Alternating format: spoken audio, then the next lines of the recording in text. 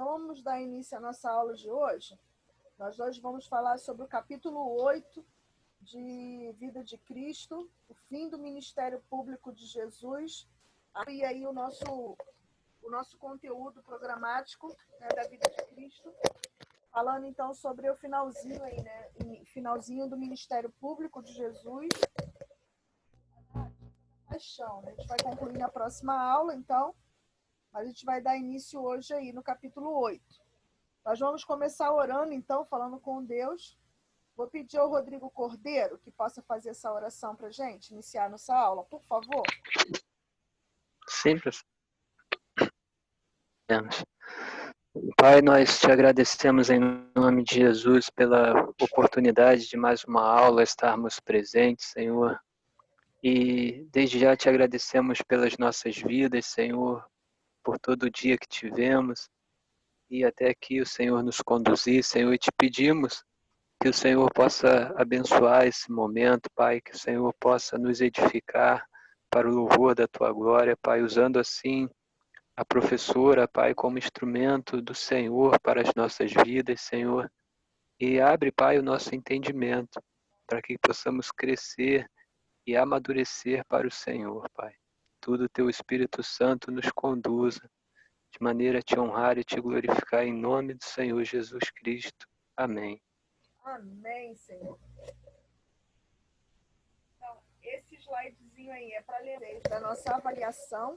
Eu já o fiz semana passada, mas vou reforçar hoje. Alguns já me enviaram a sinopse da série, já falaram em que já conseguiu concluir a leitura dos evangelhos, né? Lembrando que é aquela leitura que eu dei para vocês, que é aquela leitura cronológica. E a resenha do livro, né, O Jesus que eu nunca conheci, no máximo de 3 páginas aí, é o que vai embasar a nossa avaliação final aí, tá bom? E aí só vai passar pela prova final quem não conseguir, então, concluir todo esse processo aí, tá bom, gente? Então, só para vocês ficarem atentos. A nossa prova final é na última sexta-feira, dia 27 de novembro. Então, qualquer dúvida é só me chamar aí no privado. Nós estamos aí para tirar as dúvidas que possivelmente possam surgir. Então, vamos falar sobre a vida pública, né? O fim do ministério público de Jesus, encaminhando aí para a narrativa da paixão. A primeira coisa que a gente tem que ressaltar é que 1/3 de toda a narrativa dos 4 evangelhos se dedicam a esses momentos finais da vida de Jesus. O que isso nos aponta? A importância desse evento. Então, por que os escritores dedicaram tanto tempo a nos esclarecer esses momentos finais da narrativa da vida de Jesus, por causa da sua importância, a máxima importância desse evento. Jesus ele enfatizou por várias vezes que ele veio para morrer pelos nossos pecados. Então, agora ele estava aí consumando a sua obra e a sua missão. Semana passada falamos aí sobre a ressurreição de Lázaro, lembrando que o capítulo 10 de João, que narra, né, o capítulo 10 e 11, que narram ali a morte e ressurreição de Lázaro, eles vão dar aí o pontapé inicial. Foi quando os líderes religiosos definitivamente decidem que Jesus precisa morrer. E aí, na sequência, lá no finalzinho do capítulo 11, então, eles agora começam a mancomunar, né, a fazer todos os seus planos de como se daria essa prisão e essa condenação à morte, visto que eles não tinham a prerrogativa de sentença de morte. O juizado judaico, né, o sinédrio judaico, eles não tinham prerrogativa de penalidade de morte, somente o Império Romano. Então, precisava ser algo muito bem esquematizado para fazer com que Roma penalizasse Jesus na penalidade máxima.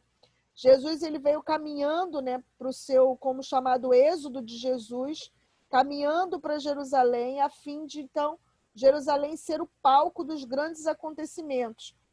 Seria Jerusalém o palco da morte, crucificação e ressurreição do Senhor Jesus.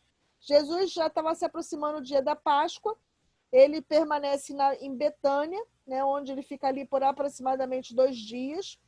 A cidade possivelmente já estava ficando muito cheia por conta dos peregrinos que vinham da Galiléia e de outras regiões para a festa da Páscoa.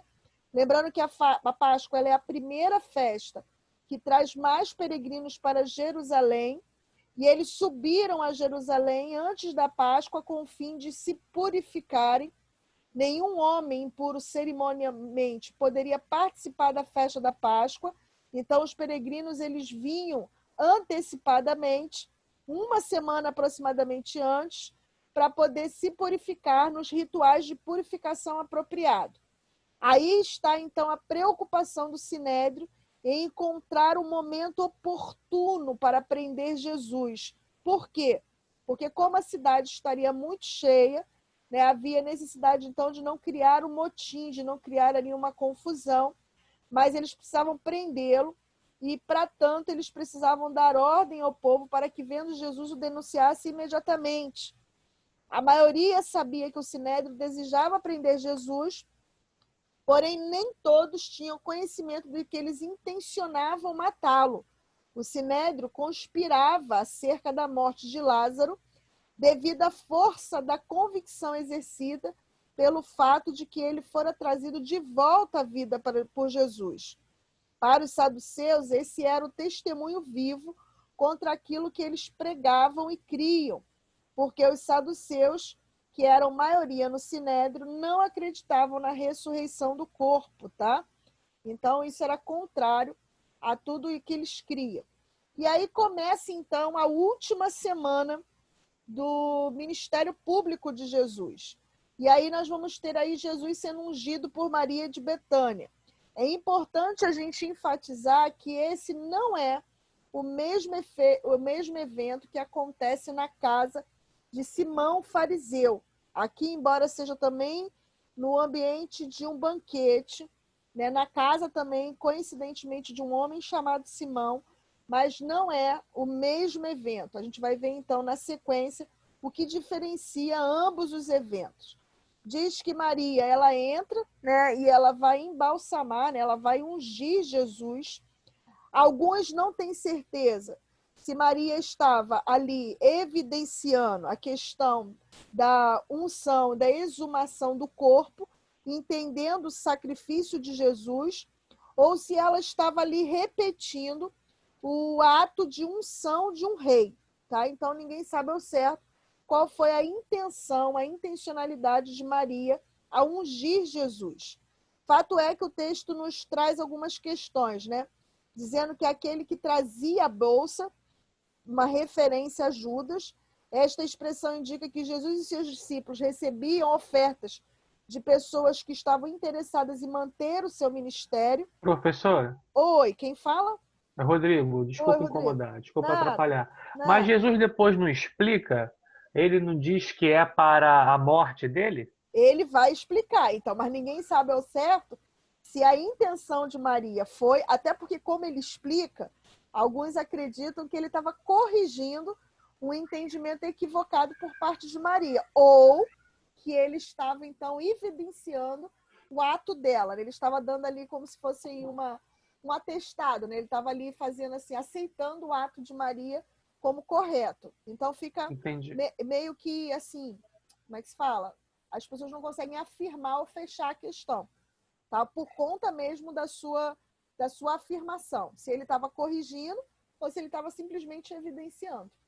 Ok. Tá bom? Aí Jesus ele recebia então essas ofertas. Um exemplo disso são as mulheres que Lucas menciona lá no capítulo 8. O texto vai dizer que ela traz um bálsamo de nardo puro. Esse era um dos perfumes mais caros da época, possivelmente importado da Índia. Uma libra correspondia a aproximadamente 300 gramas, que valia 1 denário, e o valor total do nardo derramado por Maria era, portanto, 300 denários, o que equivalia a 1 ano de trabalho de um trabalhador comum. A referência do vaso de alabastro, o termo significa 100 alças. O alabastro também é um tipo de granito raro, né? Tamanha era a preciosidade do perfume. E em seu uso helenístico e romano, refere-se aos frascos de qualquer tipo de material sem alças que continham perfume. Existem aqueles cujo material era calcita, uma forma compacta e cristalina de carbonato e cálcio, de cor branca entre o amarelado e o branco. Os frascos transparentes se constituíam artigos de luxo, né? O que nos dá a entender, então, que o fato de estar num vaso de alabastro denotasse aí a importância e o valor daquele perfume que ela usa ali. Vamos entender, então, o fato e o ato de ungir, a prática de ungir. Quando que era usada a prática de ungir? Quando lá no passado os reis eram ungidos pelos sacerdotes. Então você vai ver Samuel ungindo Saul, ungindo Davi. A gente já falou sobre isso numa outra feita, né, em outra aula. Então você vai ver esse ato, né, de ungir a cabeça com óleo. Havia também a prática de hospitalidade, que era ungir a cabeça do convidado com óleo, né? Era uma prática de hospitalidade comum da época. Os filhos de Arão foram ungidos consagrados para o sacerdócio, e a própria palavra Messias e Cristo, ela significa originariamente ungido, mas um ungido diferente. Ele era um ungido do Senhor. O unguento, ele consistia em uma mistura de azeite de oliva com mirra, canela, cálamo e cássia. Os ingredientes, eles provavelmente eram pulverizados e fervidos no azeite de oliva, os ingredientes sólidos, e o unguento com o qual Jesus foi ungido era um produto do nardo, que o diferencia daquele que era usado comumente para fazer as unções. Segundo o historiador Plínio, os ungüentos eram preservados com melhores resultados em receptáculos de alabastros. Nesta ocasião, os ungüentos melhoravam com a idade, tal qual acontece com o vinho. Quanto mais velhos, mais valiosos eles se tornavam depois de alguns anos. Tá? Então, é o mesmo processo que acontece aí com o vinho. E qual era a ética judaica nos banquetes ou jantares? Quando se recebia em sua casa um convidado, era costume do anfitrião ungir a cabeça do convidado, lavar os pés. Então, a gente viu tudo isso quando a gente viu lá Jesus na casa de Simão, o fariseu. E é nessa sequência que a gente vai ver, então, Maria se antecipando a ungir Jesus, né? Então, ela antecipa-se a ungir, como Jesus mesmo disse, o meu corpo para a minha morte, dependendo da sua versão, para a minha sepultura. Jesus havia predito a sua morte em várias ocasiões. Possivelmente Maria tivesse entendido o propósito da vinda de Cristo ao mundo como servo sofredor, e é assim que ela derrama o óleo sobre a cabeça, como se estivesse ungindo o rei. O costume de colocar perfume no corpo do defunto e também à sua volta estava ligado ao fato de que os familiares e amigos visitavam o sepulcro durante o primeiro ano de sepultamento, e o perfume do nardo ajudava a amenizar o mau cheiro causado pela putrefação do cadáver. Então está aqui a primeira evidência de que não é o mesmo episódio da casa de Simão fariseu. Por quê? Diferentemente desse episódio aqui, Maria, ela unge a cabeça de Jesus, e na casa de Simão fariseu, a mulher unge os pés de Jesus. O escritor é claro em evidenciar. Então, quais são as diferenças? A primeira narrativa da unção acontece lá em Lucas capítulo 7. É o único evangelista que narra. A casa é a casa de um fariseu. Geralmente esses banquetes eram abertos ao público. A unção foi por uma mulher pecadora conhecida na cidade pela má reputação, e ela usou unguento e ungiu os pés de Jesus. O resultado é que a mulher fora perdoada de seus pecados. Na segunda unção, que é justamente essa que a gente está vendo, que está narrada em Marcos 14, Mateus 26 e João capítulo 12, a casa de Simão, o leproso. Então, alguns acreditam que teria sido um leproso purificado por Jesus. Essa ceia teria sido um jantar oferecido em comemoração à ressurreição de Lázaro, alguns acreditam, e a unção teria sido feita por Maria, irmã de Lázaro, e ela usa especificamente nardo puro. E diferente da mulher pecadora, ela unge a cabeça de Jesus. E quando foi repreendida, Jesus vai dizer que onde fosse pregado o evangelho em todo o mundo, seria também contado o que ela fez para a sua memória. Então, Jesus enaltece aquele ato de adoração realizado por Maria, irmã de Lázaro. Então, só para a gente diferenciar, então, ambos os eventos, tá? E aí a gente vai ter, então, a entrada triunfal em Jerusalém, que é quando Jesus declara ser o Messias.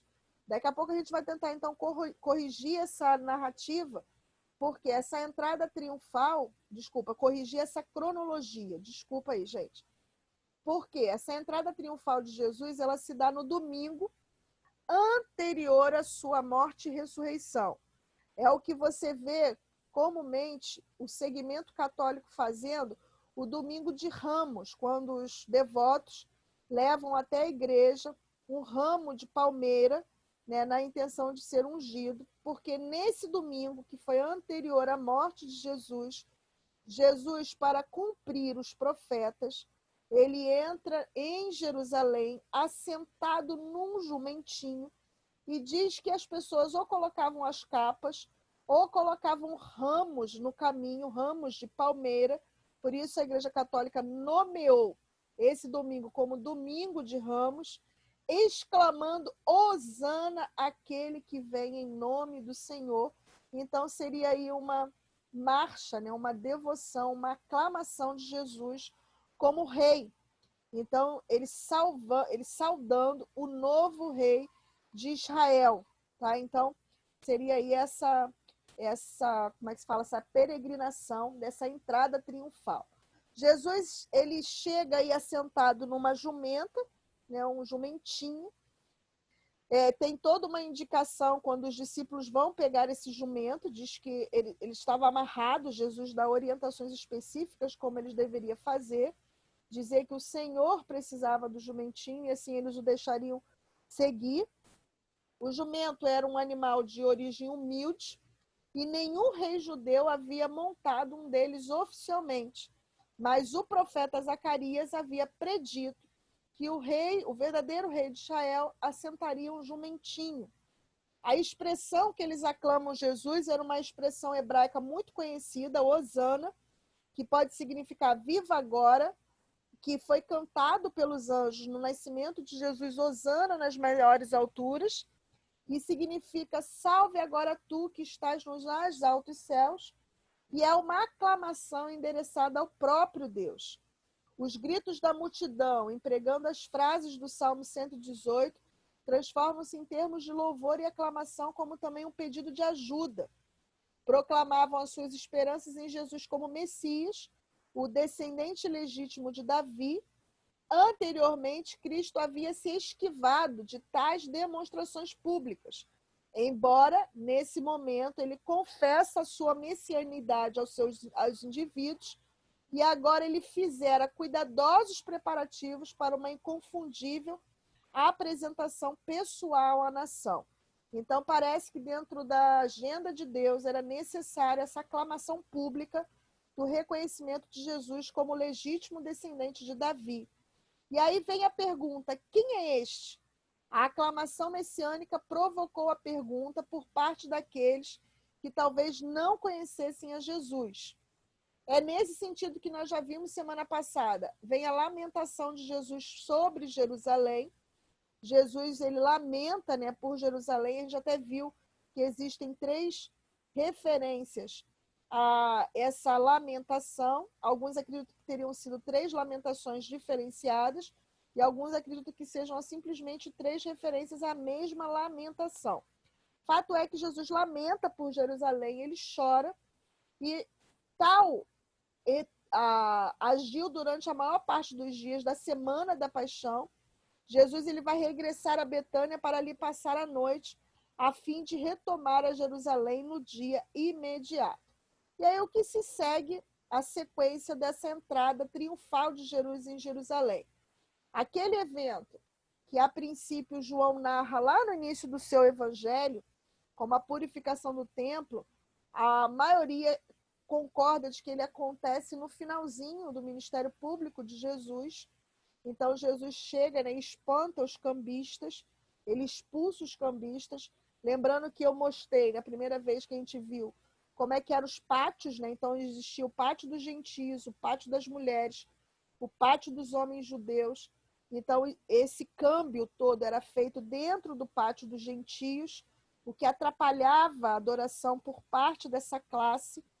Essas divisões demonstravam, então, as divisões que haviam dentro da religião chamada judaísmo. Então, não havia separação de classes, o que o cristianismo veio derrubar por terra de uma vez por todas, né? Paulo vai dizer, não há grego, nem troiano, nem judeu, nem gentio, nem homem, nem mulher. Na nova cristandade, todos somos um, todos somos iguais.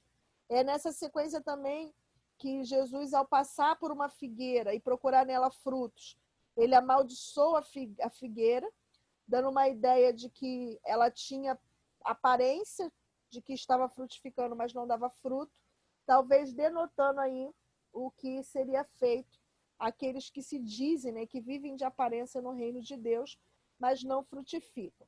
E de volta ao templo, Jesus agora ele é interrogado. Alguns acreditam que isso possa ter se iniciado ali na segunda e terça-feira, e Jesus começa a ser interrogado por 3 grupos. Né? Ele vai ser interrogado, então, por 3 grupos distintos. A hierarquia espiritual, aqueles que faziam parte da alta elite, os que representavam a congregação judaica daquele momento, e alguns que eram intérpretes da lei e da tradição oral. E Jesus, então, vai tentar dar respostas à altura dessas interrogações. Primeiro grupo de interrogações é pelos principais sacerdotes e anciãos quanto à sua autoridade que ele agia.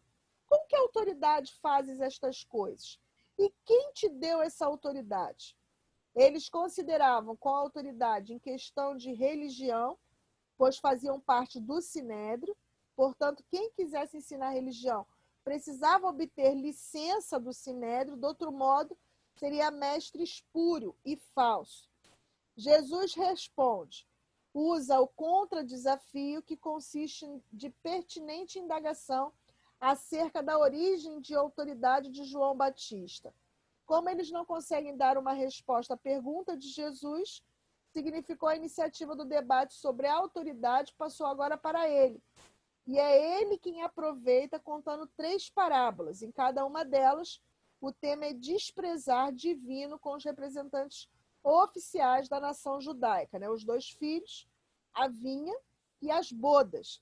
Quando ele conta lá a questão das desculpas pelas quais eles não aceitam o convite, dando uma ideia, então. Porque ele pergunta assim, com que autoridade pregava João? Se eles falassem que era dos homens, a multidão poderia apedrejá-los.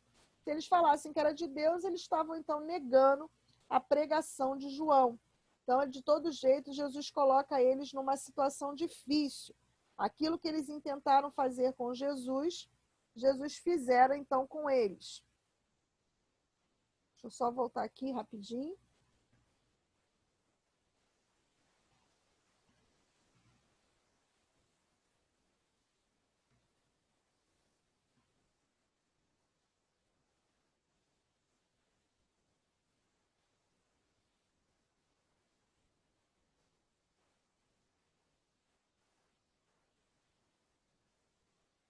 Então, vamos lá. O segundo grupo de interrogações foi feita pelos fariseus e os herodianos sobre o imposto pago a César. Fora uma tentativa de enveredar Jesus e levá-lo a algum tipo de declaração que pudesse colocar a evidência da sua deslealdade ao governo romano. Tá? Então, eles pegam lá e perguntam se era lícito pagar tributo. E Jesus pergunta assim, de quem é a esfinge que aparece? E aí eles falam de César. Então ele diz, portanto, dai a César o que é de César e dai a Deus o que é de Deus. Aí vem uma explicação. Na esfinge, também na moeda, tinha uma inscrição de que César era o Senhor. E aí Jesus é claro em dizer, dai a César o que é de César. Então parece que Jesus estava explicando. A César cabe o tributo, mas somente Deus é o Senhor. A adoração era devida somente a Deus. Então, quem, pois, obedece a Deus, obedece também a César, se César obedece a Deus. Então, nesse sentido aí, o tributo pertencia a César, porém a adoração pertencia a Deus. Então, a Deus era dado somente a adoração. Então, Jesus consegue, então, sair aí pela tangente dessa pergunta capciosa para tentar levar ele ao tribunal romano. E aí vem a pergunta por parte dos saduceus sobre a ressurreição. Eles fazem uma pergunta hipotética, né, baseando-se na lei levítica do casamento, cuja finalidade era perpetuar a posteridade, e eles vão fazer lá, se um homem casa-se com uma mulher e ele morre, ele é dado ao irmão, o irmão também morre, é dado ao irmão. Então, eles fazem uma história hipotética e falam assim, na ressurreição, de quem ela será mulher? E aí, lembrando que os saduceus não criam na ressurreição, então foi uma tentativa, então, de pegar Jesus em alguma situação comprometedora, e aí Jesus fala que no céu não haverá essa coisa de casamentos. Na ressurreição, a vida não é material, mas espiritual. E os corpos dos ressuscitados são os corpos espirituais e não físicos. Serão como os anjos do céu. E aí ele faz essa correção. Mas as multidões, ouvindo isso, cada vez mais maravilhavam-se da sua doutrina, dizendo que a doutrina do mestre é verdade, e o que os que têm o coração inclinado à verdade aceitam alegre e humildemente. E, por último, Jesus é interrogado, então, pelos mestres da lei sobre o grande mandamento, quando eles perguntam lá qual seria aí a possível interpretação ao grande mandamento. E Jesus vai, então, repete lá o Deuteronômio, capítulo 6, do 4 ao 5, né? Jesus, então, faz, e aí a resposta do mestre foi a divina síntese de todos os mandamentos. Ele vai dizer, então, que importa amar a Deus sobre todas as coisas e ao teu próximo como a si mesmo. Então, ele resume, então, a lei, né, de maneira a dar essa resposta plausível aos intérpretes da lei. E aí vem aí rapidamente algumas justificativas pelas quais os líderes judeus se opunham a Jesus. Fato é que, se você ler um pouquinho das páginas dos evangelhos, você vai ver que o que motivou os líderes judaicos a se opor tão veementemente a Jesus foi um ciúme, né? O ciúme que Jesus era aceito prontamente pelas pessoas comuns, enquanto eles tinham ali uma resistência por parte do público. A questão da autoridade de Jesus. Jesus ensinava com autoridade que era oposta deles. Eles se consideravam a alta autoridade eclesiástica da época, né? E da hierarquia religiosa, e Jesus não se submetia à autoridade deles, mas a uma autoridade maior. Por pressentirem o perigo da influência de Jesus, ele fazia essas afirmações de que ele era o Messias, pelas suas atitudes liberais, porque ele simplificava a lei e rejeitava veementemente a tradição, por sua atitude social. Jesus se associava com todo tipo de pessoas erradas, e isso era totalmente contrário ao que pregava eles se separavam dessas pessoas por serem elas impuras, ao contrário disso, Jesus se misturava a elas. Está aí uma explicação porque foi necessário Judas beijar Jesus, porque Jesus era tão parecido com as pessoas que foi necessário identificá-lo com um beijo. Por sua falta de educação formal, Jesus não tinha sido educado apropriadamente, não tinha credenciais. É óbvio que isso é uma acusação por parte deles, né? Jesus não lavava as mãos antes das refeições, não passava pelos atos de purificação, porque entendemos que Jesus entendia que não era necessário, visto que ele era a própria purificação. Mas fato é que eles entendiam isso como falta de educação formal. Pelo embaraço que eles lhes causava, porque Jesus os contradizia publicamente com veemência. Pelo seu poder, Jesus fazia obras miraculosas que eles não conseguiam fazer. Por seus medos políticos, porque eles tinham que manter neutro a relação com o domínio romano para não sofrer nenhuma represália, e eles achavam que Jesus ameaçava essa falsa pacificação.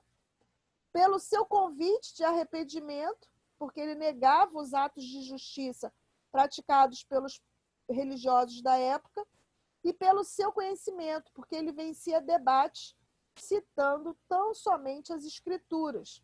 E por sua popularidade, as multidões viajavam longos períodos simplesmente para ouvi-los. Então, seriam aqui enumeradas algumas razões pelas quais os líderes judeus se opunham a Jesus tão veementemente. Então, eles começam a tramar de forma um pouco mais organizada para tirar a vida de Jesus. Né? Então, eles, por conta da ressurreição de Lázaro, eles agora começam a tramar, né, sutilmente, para que, como eles fariam para prender, então, e levar Jesus à condenação de morte. Então, como é que se dá a trama para tirar a vida de Jesus? Né? Primeiro, eles vão aí seduzir, né, de uma forma ou de outra, Judas, que o texto vai dizer que Satanás já havia entrado no seu coração para trair Jesus. Então, é possível que Judas teria pensado, alguns acreditam isso, que Jesus empregaria seus poderes miraculosos ao ser entregue às autoridades religiosas. Né? Porém, aos olhos de Deus, essa ação era iníqua, pois Jesus disse que teria sido melhor para Judas nunca ter nascido. A transação inteira fora profetizada de modo assombroso pelo profeta Zacarias e Jeremias. Por ser o erro do escriba, pode ter sido usado porque todo o conjunto dos livros proféticos, às vezes, era chamado pelo nome de Jeremias. Né? Aí essa confusão se foi Zacarias ou Jeremias. Ao final do jantar, Judas se revela como traidor, procura os sacerdotes para entregar e recebe para isso 30 moedas de prata. A gente vai entender, então, o que significa essas 30 moedas de prata. Diz o texto que Satanás entra em Judas, há aqueles até que digam, né, que Judas estava tomado pelo diabo e não teve nenhuma manifestação demoníaca, né? Ele não gritou, não se jogou no chão, não fez nada disso, mas o texto é claro em dizer que ele estava possuído. A situação de Judas quanto à traição de Jesus. Ele traiu o Filho de Deus pela sua própria decisão. O texto de João é claro em dizer que ele era já ladrão desde o início, então ele já era alguém com muita falha de caráter. Jesus conhecia muito bem o caráter de Judas, Jesus não foi pego de surpresa, porque Jesus escolheu Judas para o colégio apostólico. O fato de Jesus saber que Judas o trairia não significa que Judas fosse um fantoche nas mãos de Deus, nada disso. Judas fez a sua escolha e Deus sabia qual seria a escolha e a afirmou e a confirmou. Lembrando que eu acredito que Deus tenha permitido que Pedro igualmente traísse Jesus para mostrar que, no fim das contas, o posicionamento de Judas, ele poderia ter se arrependido e sim ter sido perdoado, mas ele prefere resolver com as próprias mãos, cometendo suicídio. Judas não perdeu seu relacionamento com Jesus, pelo contrário, ele jamais tinha conhecido Jesus como deveria ter conhecido, e ele também era chamado de o filho da perdição. Não seria essa uma indicação de que ele, na verdade, nunca fora salvo? E aí existem vários pensamentos a respeito da atitude de Judas, né? Alguns odeiam ardentemente pela sua traição. Professor, o áudio falhou. Falhou? Vê se melhorou agora. Melhorou? Agora ficou ótimo. Então, alguns odeiam ardentemente Judas pela sua traição. Não é de se espantar que ninguém coloca o nome de um filho de Judas, por exemplo. Nós temos aí, pelo segmento católico, o dia da malhação de Judas, né, que fica entre a sexta-feira e o domingo da ressurreição, porque alguns semeiam, né, nutrem esse ardente ódio por Judas. Outros se compadecem dele por não ter compreendido o que estava fazendo. Há aqueles que o qualifiquem como herói por sua participação no término da missão terrena de Cristo, né? Ele cumpriu o seu propósito. E existem os que questionam a justiça divina, que permitiu que um homem suportasse tal peso de culpa. Pontos positivos e realizações de Judas. Ele foi escolhido como um dos 12 discípulos de Jesus, o único que não era galileu, guardava a bolsa do dinheiro para as despesas do grupo, e teve capacidade de reconhecer o mal em sua traição de Jesus. E pontos negativos e erros. Ele agiu por cobiça, ele traiu, e ao invés de se arrepender e pedir perdão, ele prefere acabar com a própria vida, tá? Então, só para a gente entender, então, o enredo de Judas dentro aí dos momentos finais de Jesus. As 30 moedas de prata, né? Jesus, ele foi vendido aí por Judas, o discípulo que traiu a Cristo, por 30 moedas de prata. Embora seja difícil determinar exatamente quanto valiam essas 30 moedas, sabemos que não era uma fortuna, né? Aí vem aí a explicação de quanto custava um denário, de quanto custava. Acredita-se que era o dia de um trabalhador, tá? O denário, que valia cerca de 40 centavos de dólar no mercado, segundo o seu peso e teor de prata, mas naquele tempo um denário equivalia ao salário de um trabalhador braçal, de modo que tinha significado poder de compra. Mesmo assim, verificamos que Judas traiu a Cristo pelo salário de um mês, dificilmente uma fortuna. O livro de Zacarias que profetiza que tal quantia seria paga pelo Messias, e ao aceitar 30 moedas de prata pela vida de Cristo, Jesus cumpria a profecia. A quantia era também o preço típico de um escravo ou servo naquele tempo. Então, Jesus teria sido vendido, então, como um escravo. Qual é o significado da Páscoa por ocasião da morte de Jesus? Gente, esse significado aqui é belíssimo. Quem nunca teve a oportunidade de estudar a Páscoa judaica, é interessante, então, você lembrar aí todos os rituais que estavam investidos a essa comemoração. Só para fazer uma recapitulação, a Páscoa era uma festa que festejava o livramento dos exilados do Egito. Então, no dia, na noite anterior a que eles foram expulsos do Egito, onde passou o anjo da morte, eles precisavam, então, matar um cordeiro, sujar os umbrais das portas com sangue do cordeiro, e o anjo da morte passaria de largo daquela casa, poupando, assim, os primogênitos. Então, essa primeira festa ela foi instituída como memorial a esse feito de Deus, quando livrou aqueles 2,5 milhões de hebreus lá do cativeiro egípcio. E como é que se dava, então, a Páscoa no tempo de Jesus? Eles faziam, né, eles traziam 3 bolsinhas, e em cada uma delas o pão, lembrando que o pão era assim fermento, porque foi necessário que as mulheres fizessem provisão para a viagem às pressas. Então, não dava tempo de levedar a massa. Então, é claro que isso passa a fazer parte do ritual de Páscoa. Na mesa são colocados 4 cálices para o vinho. Um deles, que ficava emborcado, era considerado o cálice do Messias, e ninguém tocava neste cálice. Eram colocados também 3 pães sobre a mesa, que um pertencia a Abraão, outro a Isaac e outro a Jacó, uma referência aos patriarcas da fé hebraica, e acredita-se que seja o simbolismo da trindade divina, mesmo que os israelitas não tivessem essa consciência. E aqui talvez é um dos significados mais belos, né? Um dos assentos à mesa ficava vago. Este era o lugar de Messias e ninguém se assentava nele, pois Israel aguardava a presença desse tão esperado libertador.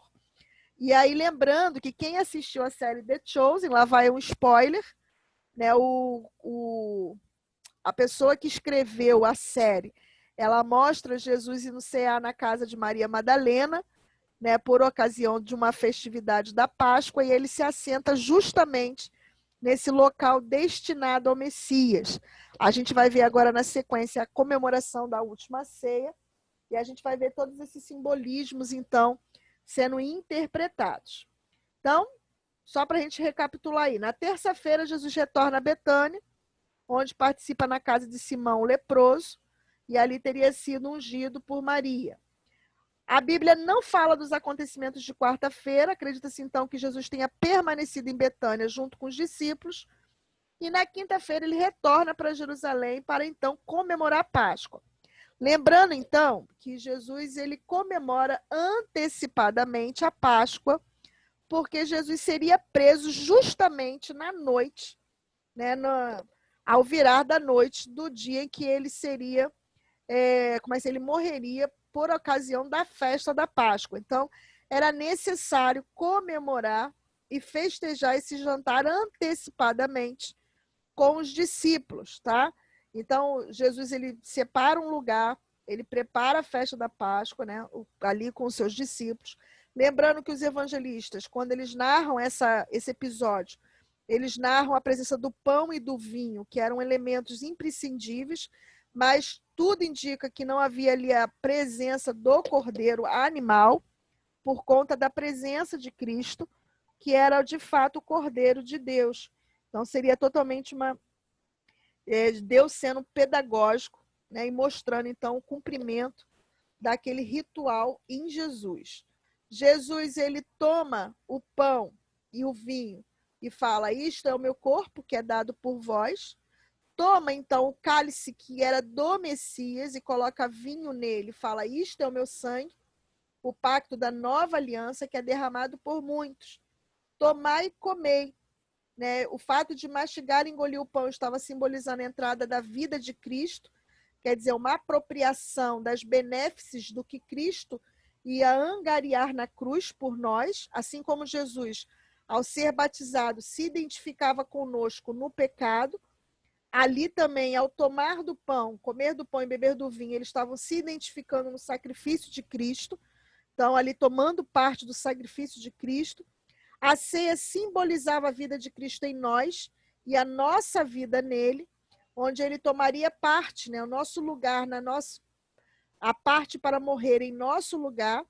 Ele morreria a nossa morte para pudéssemos viver a sua vida. O capítulo 13 de João mostra, então, a narrativa, né, o que se dá na sequência dessa ceia. Jesus ele vai celebrar ali o lava-pés, dando um exemplo máximo de humildade, como uma parábola referente ao significado da cruz. Jesus ele tira a roupa de mestre, de anfitrião, coloca a roupa de escravo, lembrando que o lavar pés era um ato tão ruim, né? Tão snob, tão menosprezado no meio judaico, que não era um escravo comum que fazia, era somente o escravo do escravo. E Jesus ele desce ao patamar mais íntimo, né, para poder lavar os pés dos discípulos.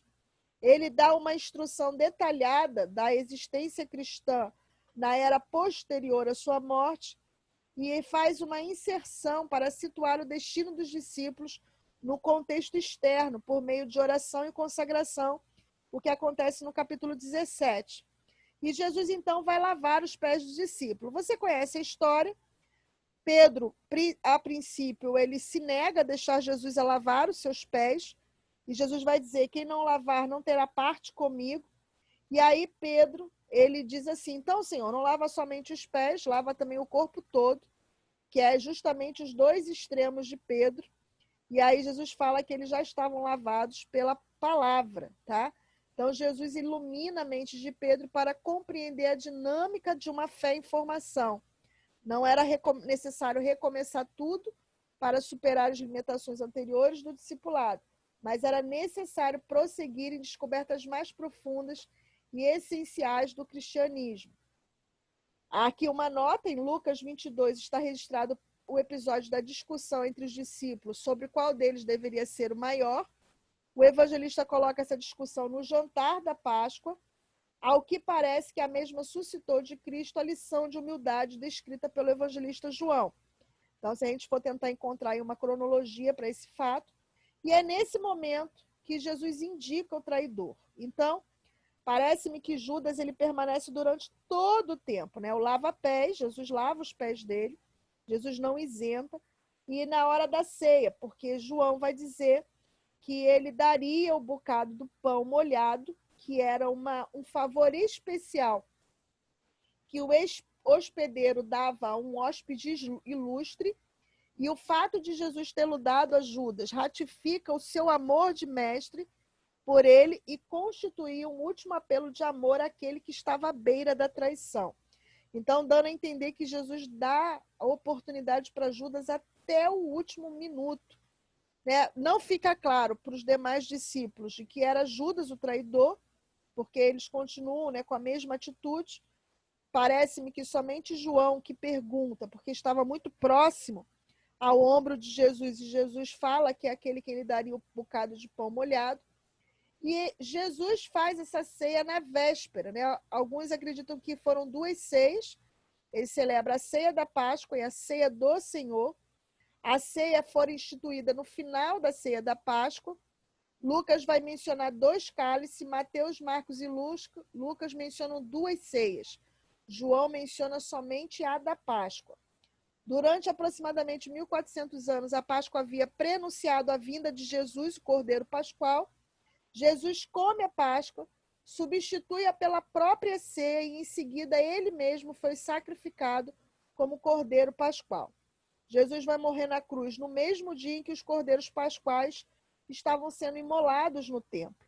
Então, a Páscoa já servira aos seus propósitos e agora deveria ceder lugar à nova ceia, o novo memorial que deveria ser observado em memória da crucificação e entrega de Jesus, ser comemorada até ele voltar e anunciar a sua volta. Então, ela tem, ao mesmo tempo, um caráter histórico e escatológico. Histórico, porque ela serve de memorial da morte de Jesus, e escatológico, porque ela anuncia sua volta.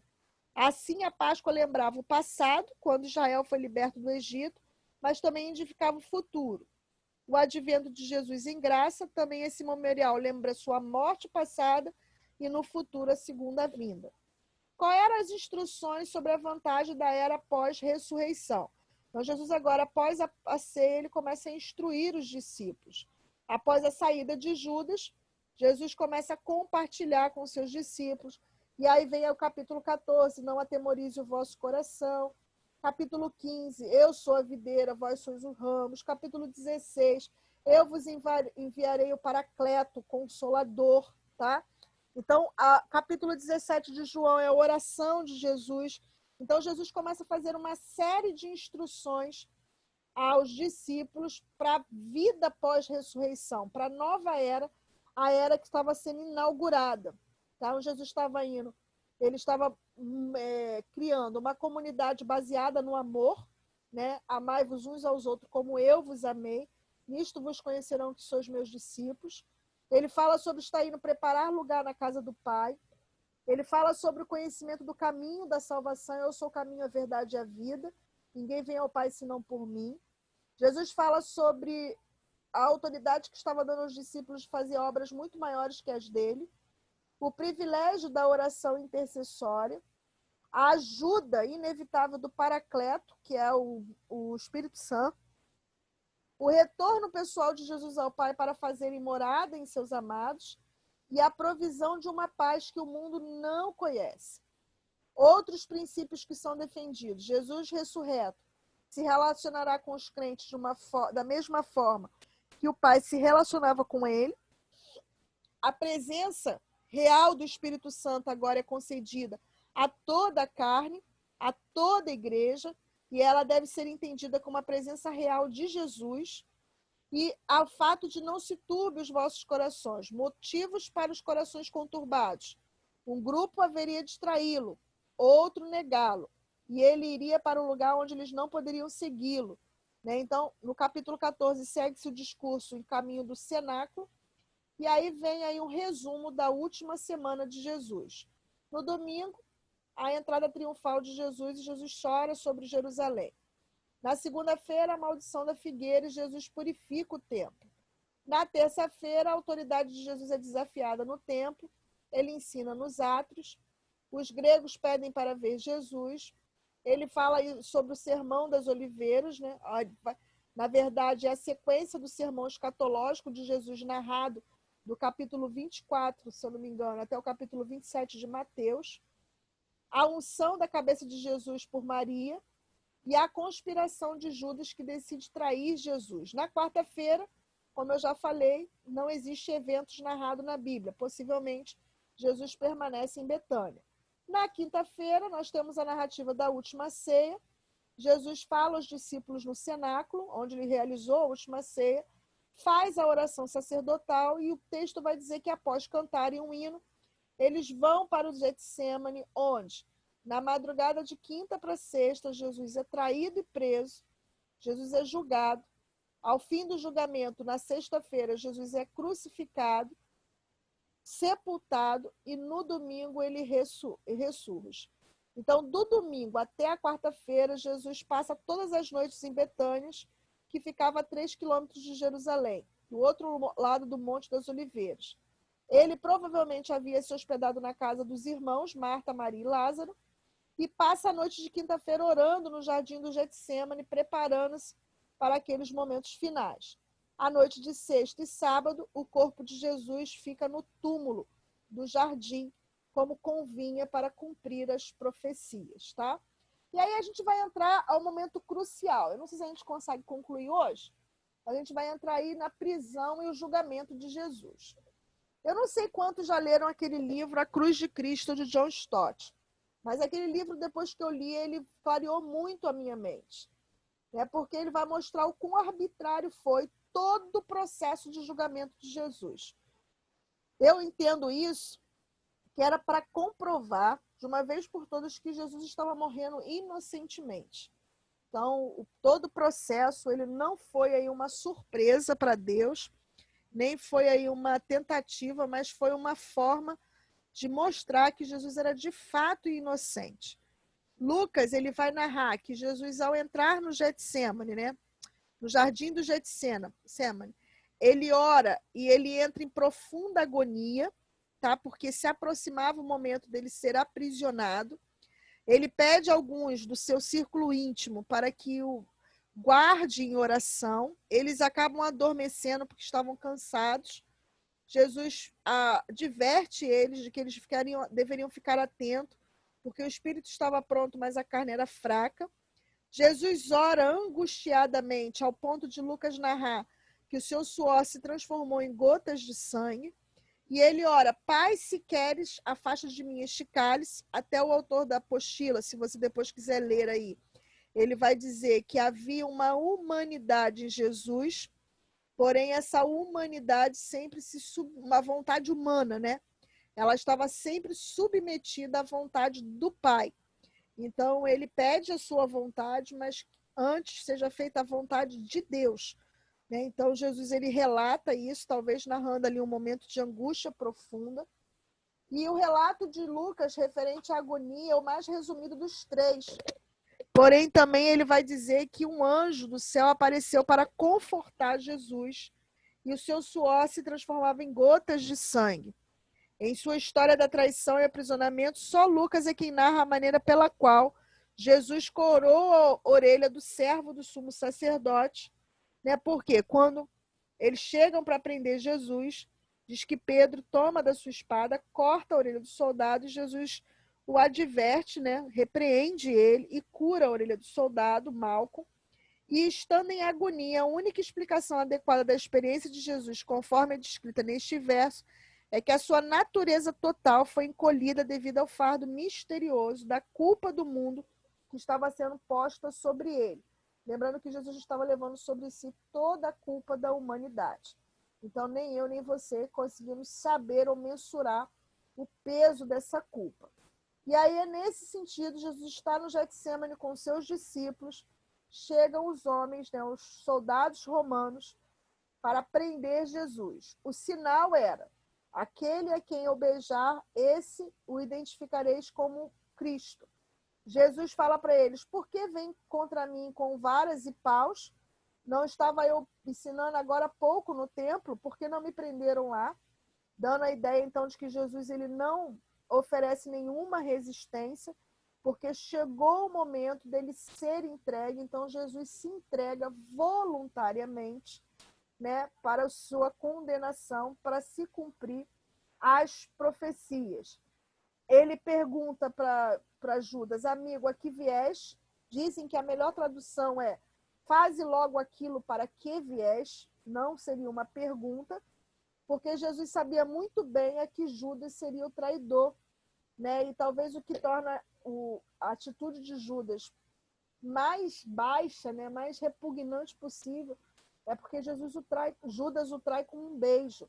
O beijo era uma expressão muito íntima entre amigos daquele tempo. Então, ele usa de um subterfúgio muito íntimo para poder entregar Jesus. E aí a gente vai começar a sequência do julgamento de Jesus. E dentro do julgamento de Jesus, nós temos aí algumas pessoas emblemáticas, que fizeram parte disso. Primeiro, nós temos Pilatos, o procurador romano da Judéia, Eu queria que você trouxesse à memória agora o mapa da Palestina da época. Ela era dividida em 5 grandes regiões: Judéia, mais ao sul, Samaria ao centro, Galileia ao norte. Do outro lado do Jordão, nós temos Decápolis e a Pérea, tá? Então, essas 5 principais regiões. Pilatos era o governador da Judéia, um procurador romano responsável pela região da Judéia. Ele estava ali por ocasião da festa da Páscoa. Alguns acreditam, Flávio Josefo fala isso, que era uma condenação quando eles eram obrigados a irem para a Palestina, porque eles tinham os hebreus como imundos, né, como um povo bárbaro, e eles não gostavam, mas era necessário para manter a paz e impedir ali os conflitos, que eles descessem, eles subissem até Jerusalém, até as regiões, os procuradores romanos, para manter a tal famosa Pax Romana. Nós vamos ter também na sequência da narrativa do aprisionamento de Jesus um cidadão chamado Barrabás. Mateus, o evangelista, o chama de um preso notório. Os outros evangelistas concordam sobre o motivo da prisão de Barrabás, que teria sido por sedição e homicídio. Então, Barrabás era um homem muito procurado. João acrescenta que ele era um salteador e a forte possibilidade de Barrabás ter pertencido ao grupo dos zelotes, cujos seguidores costumavam levantar por ocasião das festas. Nós temos também 2 personagens bem emblemáticos desse tempo, que é Anás e Caifás. Anás é o sogro de Caifás, que havia sido nomeado como sumo sacerdote pelo procurador romano Quirino e deposto do cargo por Valério Grato em 15 depois de Cristo. O título dado a ele na época da crucificação refere-se à posição anterior, e muitos historiadores o consideram como líder do partido dos saduceus, portanto, o principal mentor da conspiração contra Jesus. Caifás, que é o genro Anás, é o genro de Anás. Ele foi nomeado sumo sacerdote por Valério Grato, depois de ter deposto Anás, e exercia um controle de fato sobre o sumo sacerdócio. Nós temos também Herodes Antipas, que é um dos Herodes, lembrando aí que tinha o grupo dos herodianos. Ele vai atuar como espião para Tibério César, junto aos oficiais romanos e os reis satélites. Provavelmente deve-se à atividade, à inimizade de Pilatos. Ele era aí um procurador romano responsável pela Galileia, ali pela região da Galileia. E a gente vai entender, então, por que Pilatos o envia até Herodes. E aí, como é que se dá todo o processo, né, judicial contra Jesus? Jesus, após ter sido traído por um beijo, por conta de Judas Iscariotes, para se cumprir também o que dizia os Salmos, né, do amigo, aquele que me beija a face, ele é levado, então, aos líderes judeus. Tá? Primeiro julgamento no Sinédrio. Ele está diante de Anás. João registra um interrogatório preliminar por Anás, sogro do sumo sacerdote Caifás. Anás interrogou Jesus sobre seus discípulos e sobre seus ensinamentos, e Jesus nada respondeu. O texto vai nos dizer que ele foi maltratado e enviado para Caifás. Diante do Sinédrio. Jesus chega diante do Sinédrio e já estavam reunidos quando foram prender Jesus. Então, eu estou falando isso antes das 6 da manhã da sexta-feira, tá? Então, só para você ter uma ideia, que isso tudo aconteceu no calar da noite. Na casa de Caifás foi realizada uma reunião dos principais sacerdotes, anciãos e escribas, e a primeira das 2 fases do julgamento de Jesus pelo Sinédrio. Os principais sacerdotes procuraram alguém que pudesse testemunhar falsamente contra Jesus para poder, então, matá-lo. Por fim, 2 homens concordam em depor contra Jesus e afirmaram que ele havia dito que destruiria o templo e reconstruiria em 3 dias.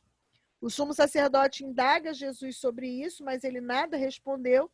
Então, o sumo sacerdote perguntou a Jesus se ele afirmava ser o Cristo, o Filho de Deus. Jesus respondeu dizendo que era o Cristo e ampliou a resposta dizendo ser o Filho do Homem, conforme predito por Daniel, que seu papel futuro seria estar sentado à direita de Deus, posição de quem governa, e que voltaria nas nuvens. Caifás rasga sua túnica e interpreta a afirmação de Jesus como equiparação com Deus, uma blasfêmia que era passível de penalidade de morte. Os soldados zombaram de Jesus e cuspiram nele. Nesse meio tempo, nós vamos ver aí a traição por parte de Pedro, né? Pedro é aquele que diz que, se preciso fosse, morreria com Jesus. Jesus o adverte que antes que o galo cantasse, ele negaria 3 vezes. Então, tudo indica que antes das 6 da manhã, Pedro negaria Jesus 3 vezes, e Pedro de fato faz, né? Quando ele é questionado se ele era um dos seguidores, ele fala: não conheço este homem. E aí é nessa sequência que vai haver uma segunda reunião do Sinédrio, que vai ocorrer na manhã seguinte da sexta-feira, com o fim de dar uma aparência de legalidade ao veredito da noite anterior e de fazer um relatório oficial ao governador romano Pôncio Pilatos. De acordo com o relato de Lucas, o julgamento da manhã repetiu o julgamento noturno, aquele que aconteceu fechado lá, com exceção das falsas testemunhas. A única acusação levantada contra Jesus foi a de blasfêmia. Todavia, o Sinédrio faltava o poder para executar a pena de morte, porque essa prerrogativa era do governador romano. Por isso, levam Jesus a Pilatos. Nessa sequência, Judas, quando vê que, se era a intenção deles, que Jesus ia manifestar o seu poder para se livrar, ele tenta corrigir o erro, tenta devolver o dinheiro. Os saduceus não aceitam, e o dinheiro que ele acabou devolvendo foi usado para comprar um campo que ficou conhecido como Campo de Sangue, e Judas comete então suicídio. Agora Jesus então está diante das autoridades romanas e começa então o processo de julgamento de Jesus diante das autoridades romanas, que vai ocorrer em 3 etapas. Primeiro, Jesus diante de Pilatos. A blasfêmia incorria em penalidade de morte segundo a lei judaica. Porém, o Império Romano estava pouco se lixando para essas acusações. Isso não tinha nada a ver com a lei romana. Então, se levantam 3 acusações contra Jesus: subverter a nação, proibir o pagamento de imposto a César e se autoproclamar rei dos judeus. Pilatos se preocupou apenas com a última e interrogou Jesus sobre isso, mas este não lhe respondeu. Suspeitando dos motivos das acusações dos líderes judeus, Pilatos conclui: Jesus era inocente. Os líderes, portanto, judeus, insistiram que Jesus sublevara o povo da Judéia e da Galiléia, e quando Pilatos soube que Jesus era galileu, enviou então a Herodes Antipa, que governava sobre a Galiléia. Lembrando que a origem de Jesus é Belém da Judéia. Porém, Jesus era conhecido como Nazareno por ter crescido na aldeia de Nazaré, que ficava na Galiléia. E segundo a lei romana, o acusado tinha que ser julgado na província em que cometer os crimes. Como a maioria dos ensinos e dos milagres de Jesus foram galilaicos, Herodes Antipa havia recentemente informado a Tibério de que Pilatos causara uma rebelião desnecessária em Jerusalém. Por isso, Pilatos não queria cometer outro erro e que Herodes pudesse delatar o imperador Tibério. Quando Jesus chega diante de Herodes, não há diferença, né? Na verdade, quando Herodes recebe Jesus, ele fica meio curioso, porque Jesus era um mito, e aí ele alegra-se, né, por estar ali Jesus diante dele. Porém, Herodes, tal qual Pilatos, não vê nenhuma acusação e vê, talvez, naquela iniciativa de Pilatos, uma tentativa de... Como é que se fala? De deixá-lo em maus lençóis, né, com as autoridades romanas.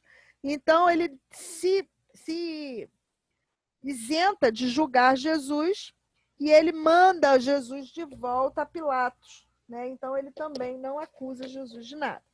E aí, Jesus está novamente diante de Pilatos. E aí, devolvido a Pilatos, os líderes judeus que não foram apaziguados com o envio de Jesus a Herodes, Pilatos tenta eximir-se, mandando açoitar e soltar Jesus, e, por fim, tentou libertá-lo com um gesto de clemência da Páscoa. Apesar de Pilatos repetidas vezes declarar a inocência de Jesus, a multidão não fica satisfeita até que ele solta Barrabás, açoita Jesus e o entrega para ser crucificado. Como é que se dava o castigo por açoitamento? Ele antecedia uma pena capital. No presente caso, segundo parece, Pilatos esperava que a multidão considerasse suficiente o castigo, e Riley informa que os açoites eram aplicados com um chicote feito de várias tiras de couro, guarnecidas com pedaços de chumbo ou pontas metálicas cortantes. Alguns acreditam que eram pedaços de ossos.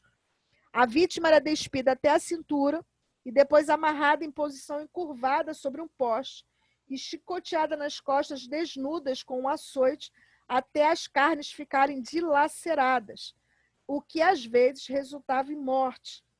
A decisão de Pilatos em crucificar Jesus era baseada em 2 fatos: medo de perder as suas regalias diante do imperador, fazer uma média com o povo judeu, e mesmo entendendo que Jesus era inocente, ele usa de um ato de lavar as mãos, que era um símbolo de remoção pela culpa. Pilatos era o tipo de pessoa que faria qualquer coisa que lhe parecesse vantajosa no momento. Resumindo, o julgamento de Jesus se dividiu em 2 partes, a judaica e a romana. E em cada uma delas houve 3 audições, diante de Anás, o sumo sacerdote, diante de Caifás e diante do Sinédrio.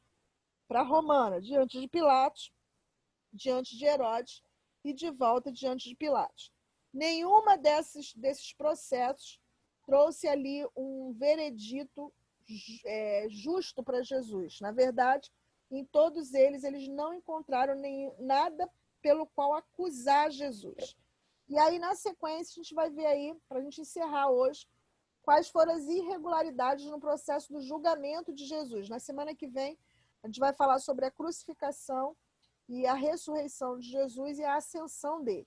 Mas, basicamente, coisas que não poderiam ter acontecido. O Sinédrio só poderia se reunir de dia, entre o primeiro e o segundo sacrifício do templo, os 2 holocaustos diários da oferta queimada, e nunca à noite. E eles julgam Jesus na madrugada de sexta-feira. Então, o primeiro ponto de irregularidade no processo ao qual Jesus foi submetido. O Sinédrio não poderia reunir-se em dias de sábado ou em dias festivos. E eles julgaram Jesus em plena festa da Páscoa. Lembrando que a sexta-feira ela inicia às 6 da manhã da quinta e termina às 6 da tarde da sexta-feira, tá? Então, eles julgam Jesus em plena festa da Páscoa. A sentença não poderia ser proferida no primeiro dia do julgamento, mas no dia seguinte. E eles sentenciam Jesus à morte no mesmo instante do julgamento.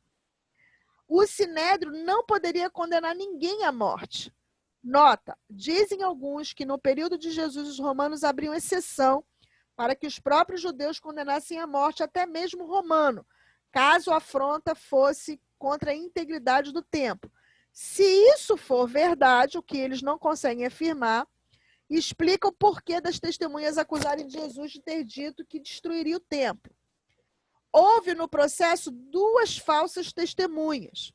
Aí vem o que eles chamam de mudança de libelo, quer dizer, mudança de acusação. No Sinédrio, Cristo foi acusado, julgado e condenado à morte por blasfêmia e sacrilégio. No pretório, com Herodes, ele foi julgado por sedição contínua. No primeiro libelo, na primeira acusação, diziam que Jesus blasfemava contra a religião judaica e cometia sacrilégio, desrespeitando seus princípios. No segundo, apontavam-no como subvertor costumais e um habitual de ordem pública, abalando a paz social da Palestina. Não houve possibilidade de defesa por parte do acusado, não houve nenhuma tentativa de Jesus para se defender e nem oportunidade para que ele fizesse isso. Não houve prazo legal para apelação entre condenação e execução. Houve falta de unidade processual. Houve 4 juízes, Anás, Caifás, Herodes e Pilatos, e nenhum deles conseguiu condenar Jesus por coisa alguma. O direito hebraico não permitia nem testemunha singular, nem juiz singular. Absolvido por Pilatos, Jesus volta ao julgamento, o que dá aí a ideia de que ele estava sendo julgado pela mesma falha 2 vezes. Não havia idoneidade do Sinédrio para julgar Jesus, pois o Sinédrio pagou a Judas para acusar Cristo, para entregar Cristo, desculpa. Considerando culpado e condenado à morte, por que também foi flagelado? Houve, então, duplicidade de penalidade. Então, só para você entender, então, algumas das irregularidades em todo o processo de julgamento. Não é de se espantar que quando Mel Gibson lançou o filme A Paixão de Cristo, né, e aí falaram lá, quem matou Jesus, houve aí uma comoção, né? Foi os judeus, foram os religiosos da época, foram os romanos. E aí a conclusão de muitos foi quem matou Jesus foi eu e você, em decorrência do nosso pecado. Gente, nosso tempo já estourou, mas mesmo assim eu quero dar oportunidade, se alguém tiver alguma pergunta, algum comentário a fazer. Semana que vem, então, a gente vai passar aí pela crucificação e pela ressurreição e ascensão de Jesus, concluindo assim o nosso conteúdo. Enquanto eu estiver fazendo aí a chamada, alguém querendo falar alguma coisa, tá? Pode habilitar o áudio e falar. Celso, tá aí? Oi, tô aqui sim, professora. Cleiton? Edieldo? Eliane? Fernando? Neuzimar? Estou aqui, professora. Oi, professora. Estou aqui. Boa noite. Boa noite. Rildo? Estou aqui, professora. Rodrigo Cordeiro e Rodrigo Vilar também estão aí, né? Sim, professor. Estamos na área. Simone, tá aí? Tô sim, professora. Inclusive, eu quero fazer uma pergunta. Eu estou terminando a leitura dos evangelhos. É necessário fazer algum relato? Não. Só a leitura mesmo. Ok. Tá bom? Não precisa fazer nada, nem um comentário, não. Só pontuar para mim que fez a leitura, tá? Tá. Mais alguém, gente, quer fazer alguma pergunta? Eliane tá aí não, né?